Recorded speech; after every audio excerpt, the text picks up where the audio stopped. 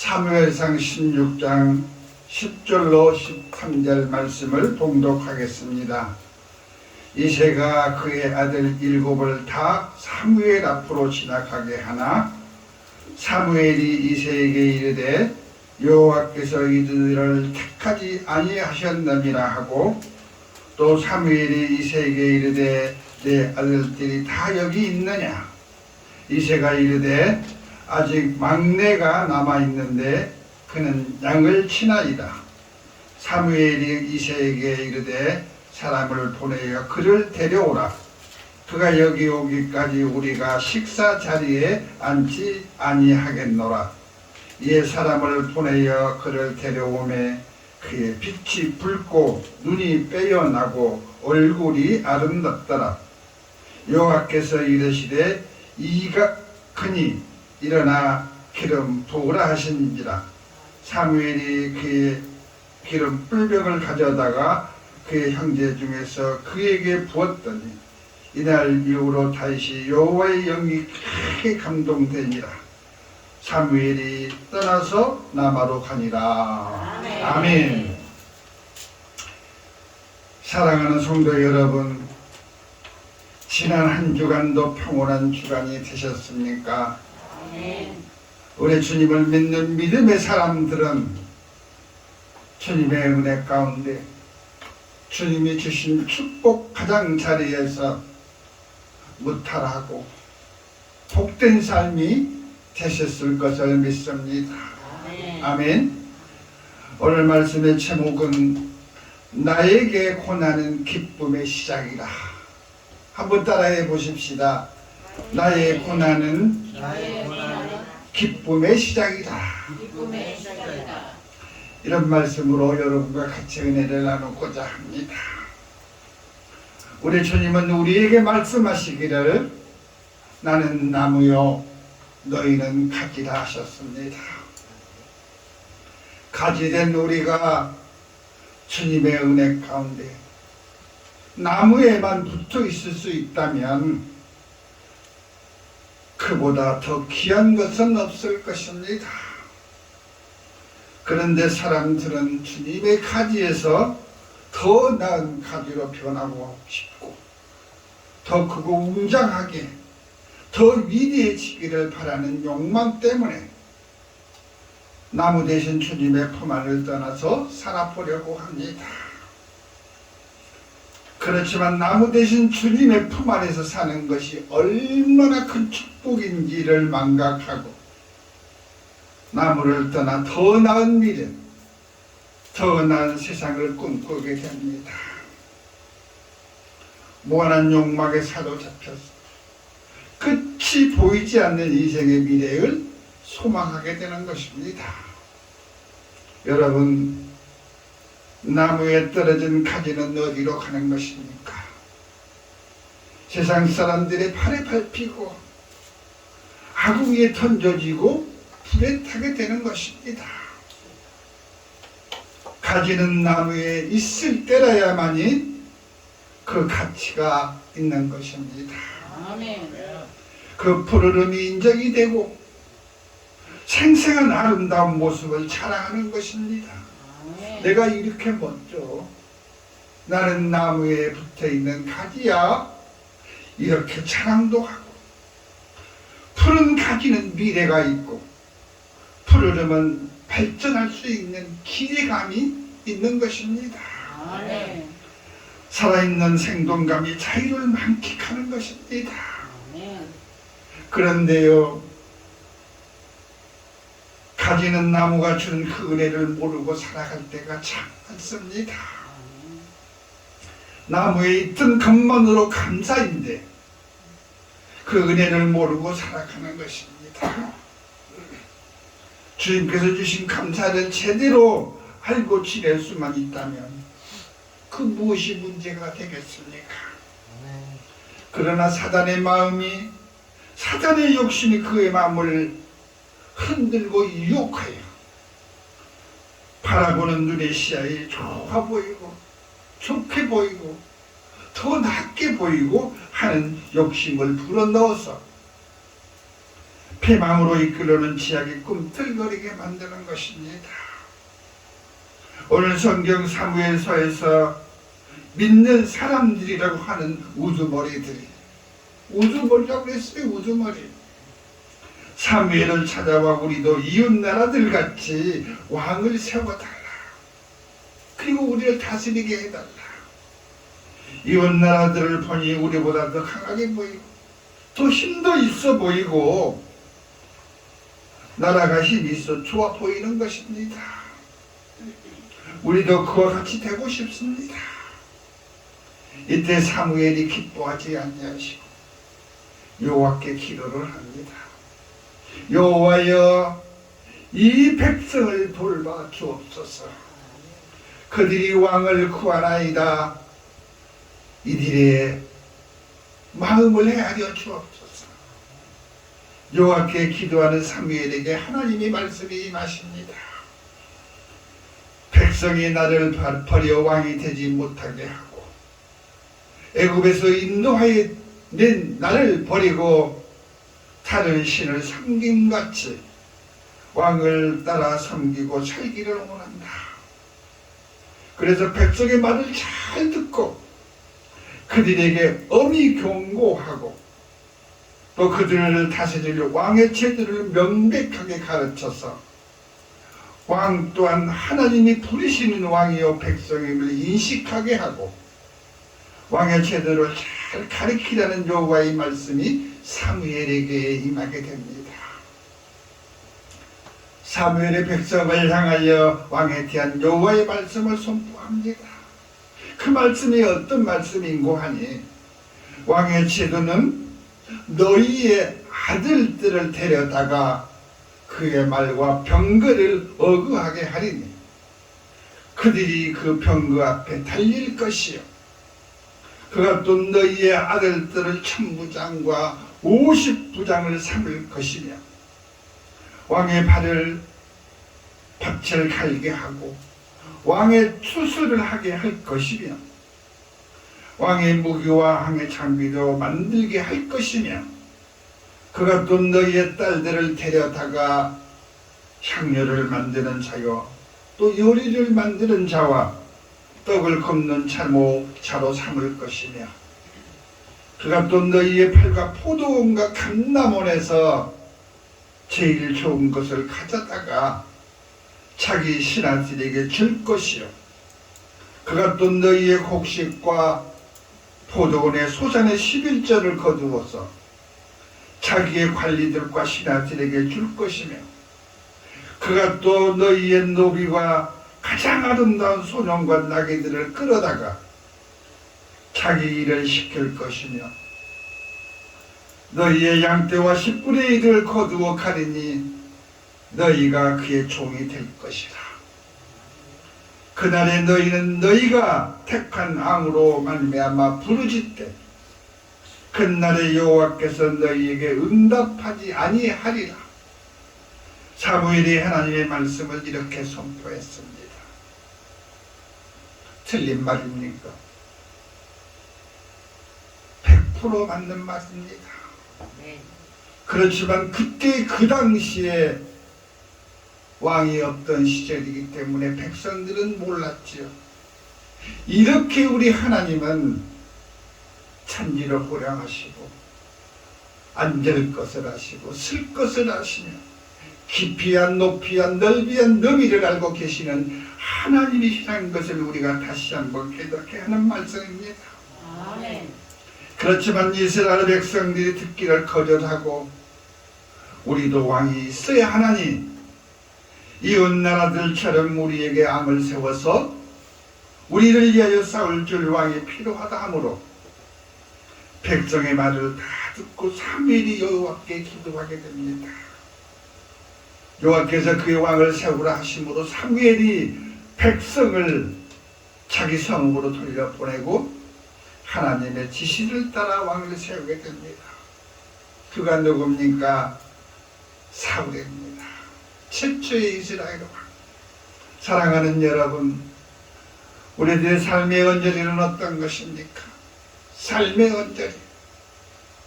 핵심을 찔러 역전의 인생을 꿈꿔보지만 녹록지 않는 것이 삶이지 않습니까? 삶의 자리는 언제나 그 자리에 맴돌다가 다시금 자신을 발견하게 되지 않습니까? 그렇지만 그것 또한 황혼의 나이에 가서야 깨닫게 되는 말입니다.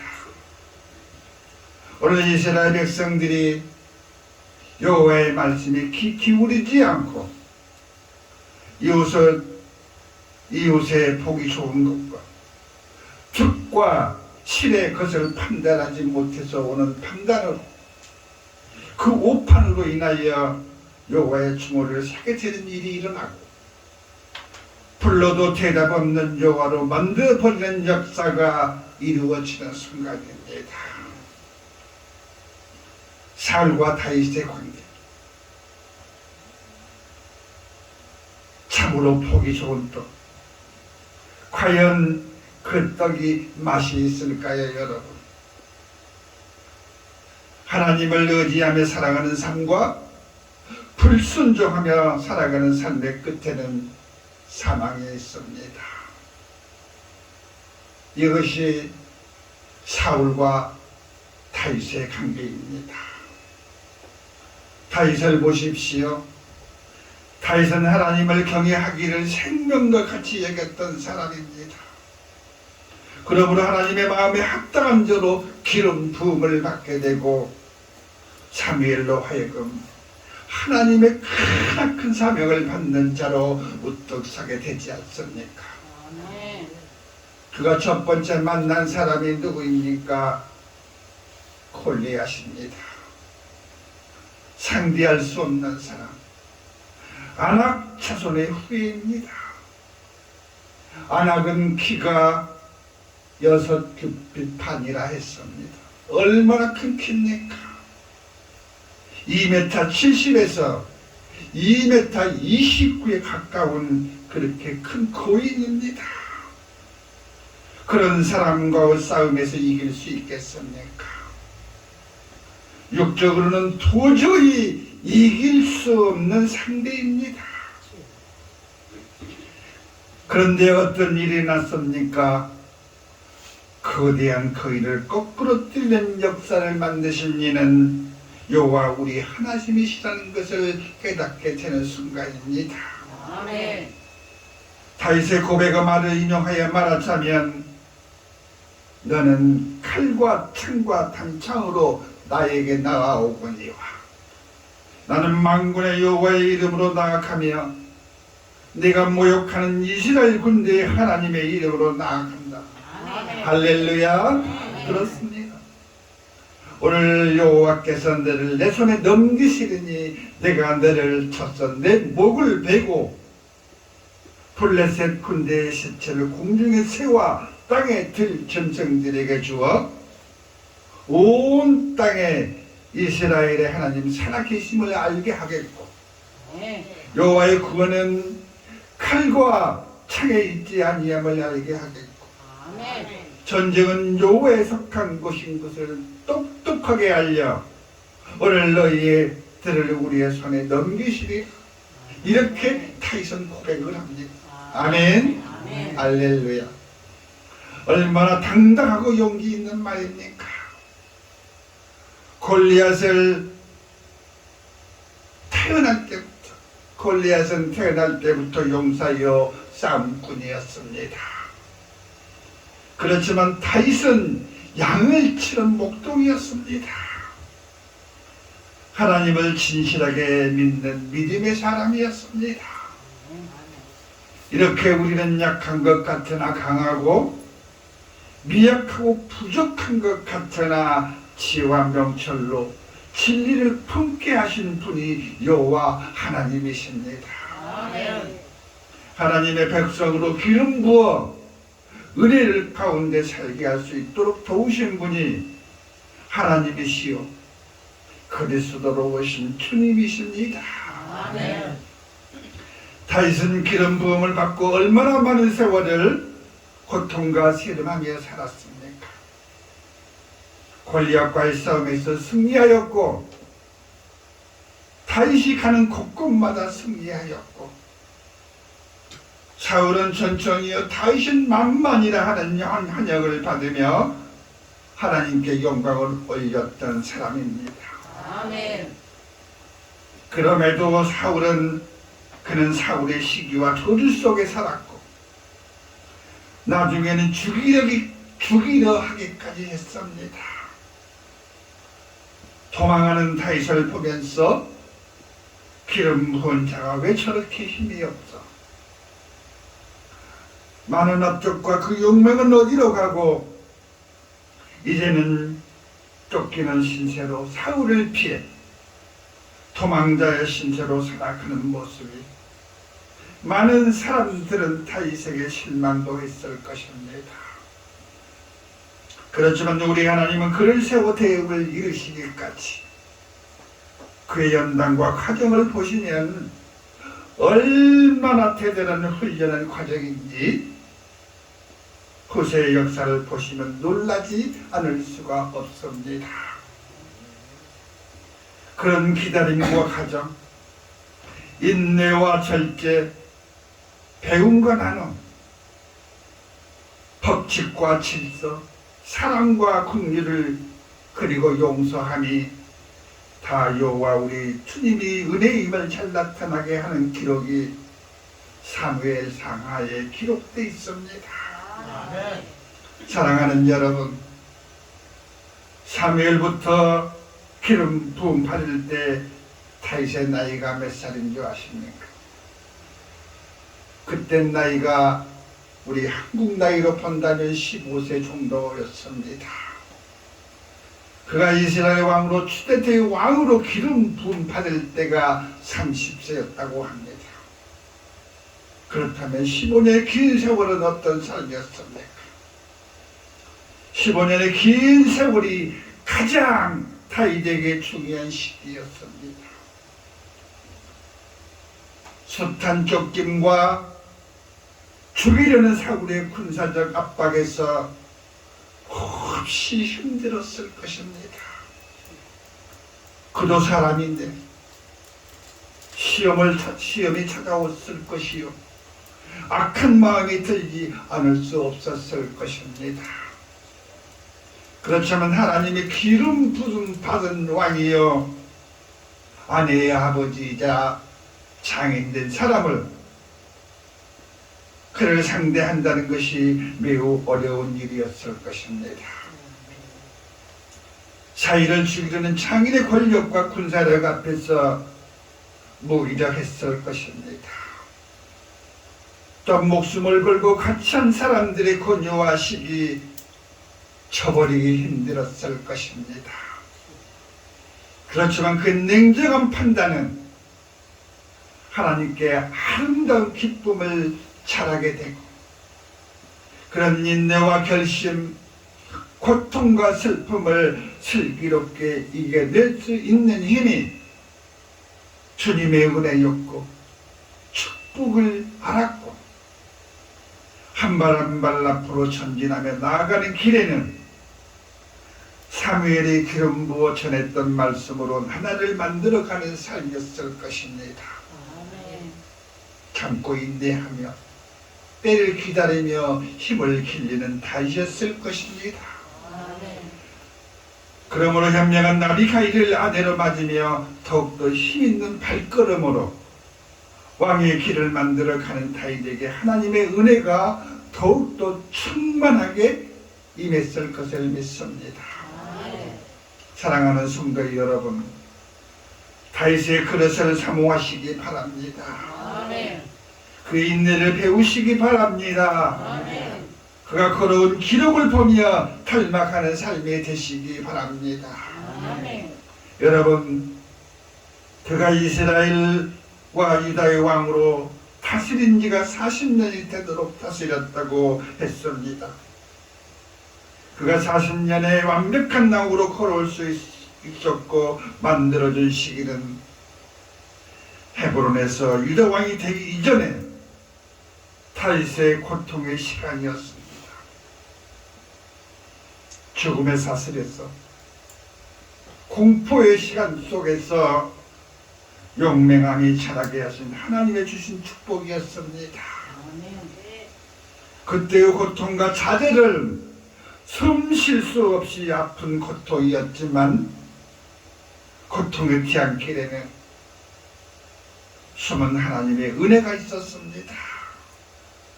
끝없이 인도하시는 주님의 사랑이 있었습니다. 긍휼과 자비가 함께하였습니다. 이것이 용기 백배하기까지 지키시고 달려왔습니다. 사랑하는 여러분, 고통을 기쁘게 맞이하시기 바랍니다. 슬픔을 인내로 이겨내시기 바랍니다. 우리가 이렇게 성장하기까지 우리 주님은 쉴 새 없이 일하고 계십니다. 우리를 사랑하시기 때문입니다. 우리를 아끼시고 얼마나 귀엽게 여기시는지 모릅니다. 다윗이 용기 백배하며 이스라엘과 유다를 다스리는 모습을 보며 앞으로 더 나은 미래를 펼쳐가는 다윗의 위대한 하나님의 역사를 보며 하나님의 역사는 무한한 이적을 이루시고 그리고 또 계심은 우리를 인내하고 계시고 똑똑하게 체험하시기 바랍니다. 그 체험의 역사가 우리가 눈을 뜨고 눈으로 볼 수 있는 전 세계에서 단 하나밖에 없는 전 세계에서 가장 으뜸인 하나님의 성전 예루살렘입니다. 40년의 긴 세월 가장 위대하게 나라를 평온하게 다스렸고 자신의 아들로서 가장 위대한 하나님의 성전을 이룰 수 있도록 모든 조건과 환경을 만든 이가 다윗 왕입니다. 한때는 하나님 앞에 죄를 범했을지라도 그가 자복하고 눈물로 회개하는 다윗은 우리 하나님은 사랑으로 그를 용서하셨습니다. 사람은 실수가 있을 수 있습니다. 가다가 지쳐 넘어질 수 있습니다. 가다가 어려움의 공경에 처할 수도 있습니다. 그렇지만 하나님 앞에 무조건 복종하고 회개했을 때 하나님의 무한한 자비가, 무한한 은혜가, 무한한 축복이 임하게 되고 그의 죄가를 용서하시고 그 죄가 동에서 서가 먼 것 같이 멀리 도말하여 주십니다. 사랑하는 여러분, 오늘 성경의 다윗을 보며 다윗의 삶과 하나님을 경외하는 다윗의 모습을 닮으시고 다윗과 같은 믿음으로 하나님을 섬기고 살아갈 때 나뿐만이 아니라 내 후대에 이르기까지 축복하시는 하나님을 알아가시기를 주님의 이름으로 축원드립니다. 아멘입니다.